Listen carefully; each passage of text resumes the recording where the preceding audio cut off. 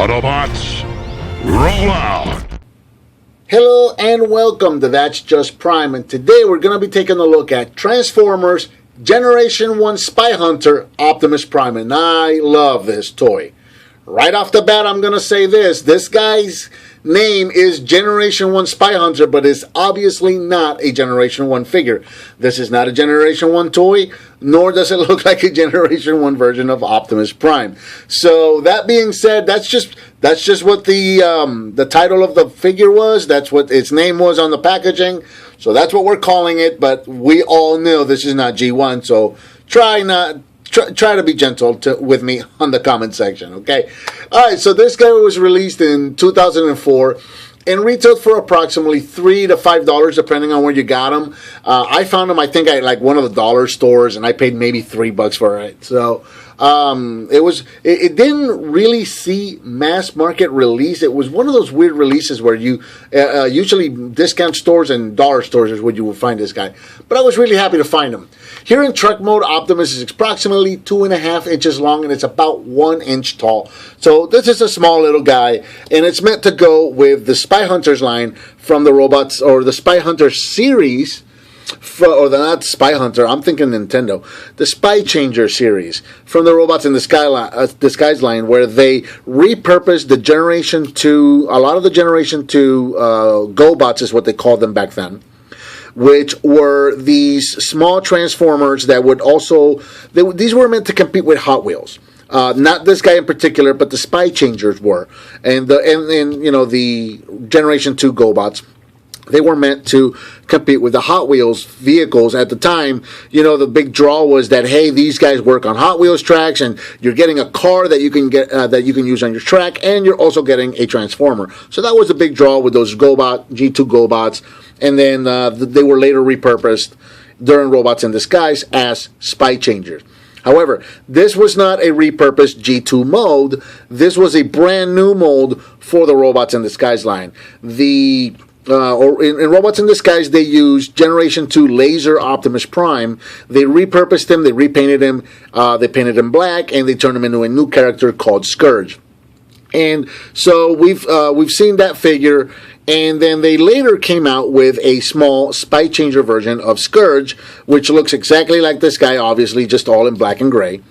And then later on, they repainted him into the G1 style Prime that we have in front of us. There was another release as well where he has more of a movie style paint job. Since he is a long-nosed cab, they kind of made use of that. And they gave him all the little flames and stuff. He looked really, really nice.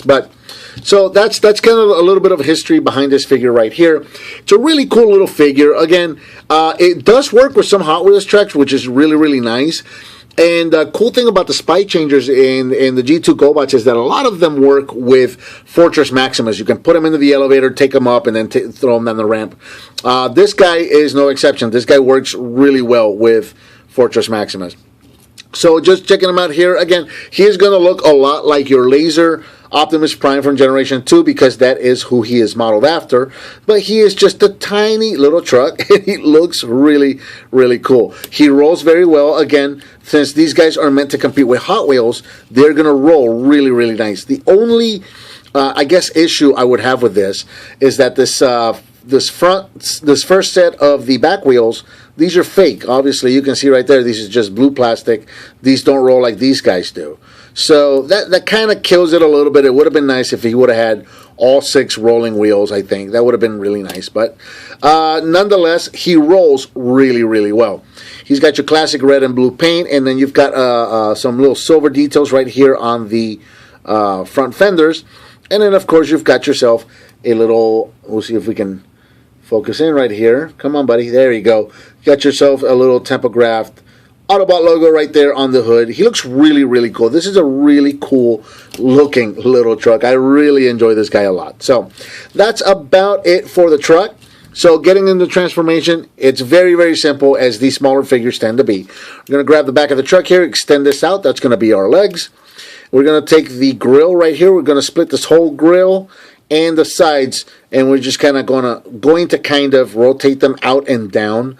Very similar to our G2 Laser Prime or our Robots in Disguise Scourge, the big version right there. So that right there is going to form the shoulders. and the arms. And then we're going to want to go in here, and you're going to need to use your nail to pop the head out. That guy's going to come all the way out, and there is Optimus Prime in robot mode, and he is so little, and my camera's sitting up high, I can't even stand in there because you're not really going to get a good look at him. But here he is in robot mode, and I really dig this robot mode. He looks so cool. Here in robot mode, Optimus stands approximately 2.5 inches tall at the top of the head. 3 if you go up here from the foot, the bottom of the foot to the top of the shoulders there. So there you go, there's Optimus, and again, he looks very much like the Optimus, the Laser Optimus, or the or Scourge from Robots in Disguise. He looks exactly like those guys. That's who he's modeled after, and he does a very good job of translating that look down here in this little figure. Now, as far as articulation, you're not going to get a whole lot. Pretty much just elbows. The elbows can bend 90 degrees. Actually, they can bend back a little bit, which looks painful. But that is going to be about it. Elbow bend. The shoulders do go in and out a little bit if you want to count that as articulation, but it really doesn't help in the posing department, unfortunately. So there you go. There's Optimus. Other than that, his legs are just one piece. They're all together.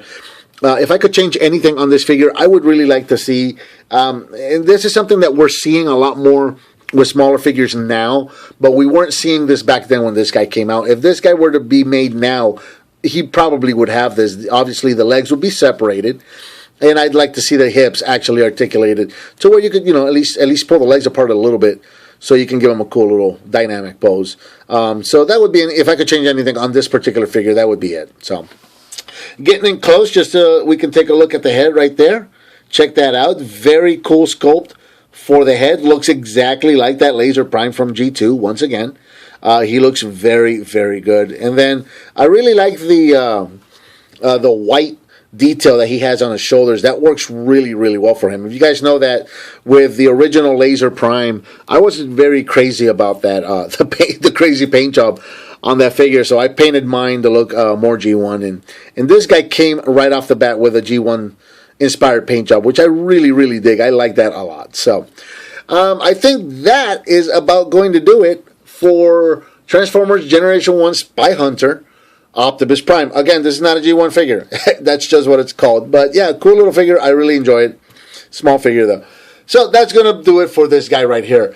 What did you think of this figure, and what would you like to see me review next? Let me know by leaving me a comment down below. Give me some thumbs up, subscribe and share with your friends if you like what you see, and I'll talk to you next time on That's Just Prime.